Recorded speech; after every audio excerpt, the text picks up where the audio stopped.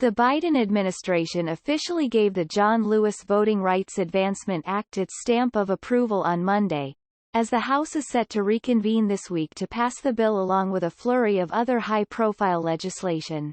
Some have sought to delegitimize the November 2020 election and make it harder to vote, in many cases by targeting the methods of voting that made it possible for many voters to participate.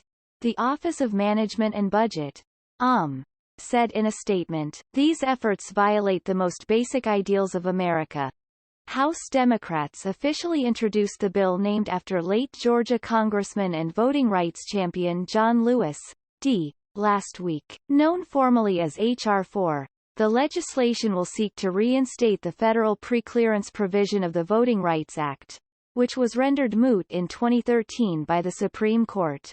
The preclearance required states and jurisdictions with histories of racial discrimination, largely the Jim Crow South, to gain approval from the Department of Justice before implementing any change to voting procedure.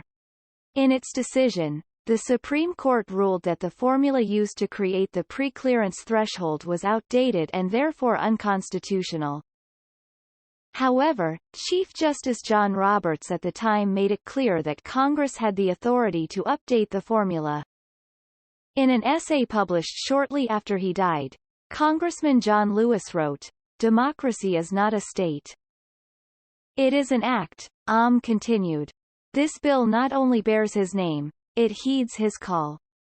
Section 2 of the Voting Rights Act, which advocates argue took a hit in July from a separate Supreme Court ruling, is also addressed in the bill.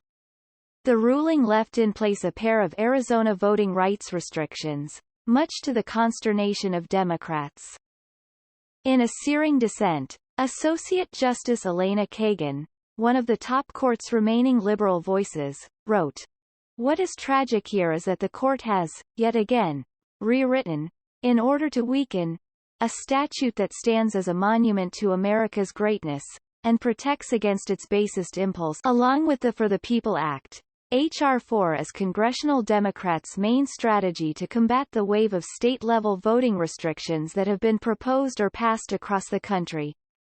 Since the beginning of the year, hundreds of restrictive voting laws have been introduced in Republican-controlled state legislatures. These efforts have seen dozens of these bills become law in 18 states, including in battlegrounds such as Florida, Georgia and Arizona. Democrats have blamed the wave of bills on what they call the Big Lie, the baseless claim by former President Trump that the election was stolen from him through rampant voter fraud. Republicans have adamantly dismissed the argument, citing the need for greater integrity in the country's elections. Nonetheless, the new state voter laws will most likely have an impact on burgeoning midterm elections that are crucial for both parties.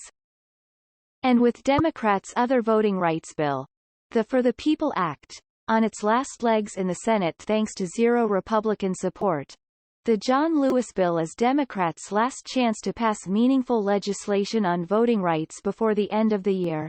While H.R. 4 can pass the House without bipartisan support, it will need 10 Republican votes in the Senate to overcome the chamber's filibuster. Moderate Sens.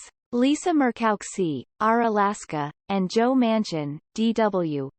VA, have urged bipartisanship on the issue, but Senate Minority Leader Mitch McConnell, R.K., has called the H.R. 4 unnecessary.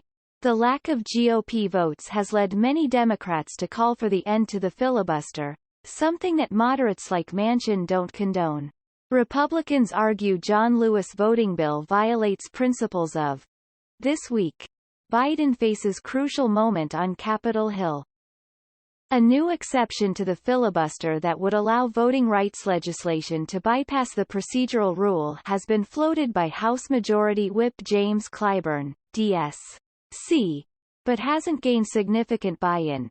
President Biden, a longtime member of the Senate, has continued to stop short of supporting such a move, despite increasing pressure from members of his own party.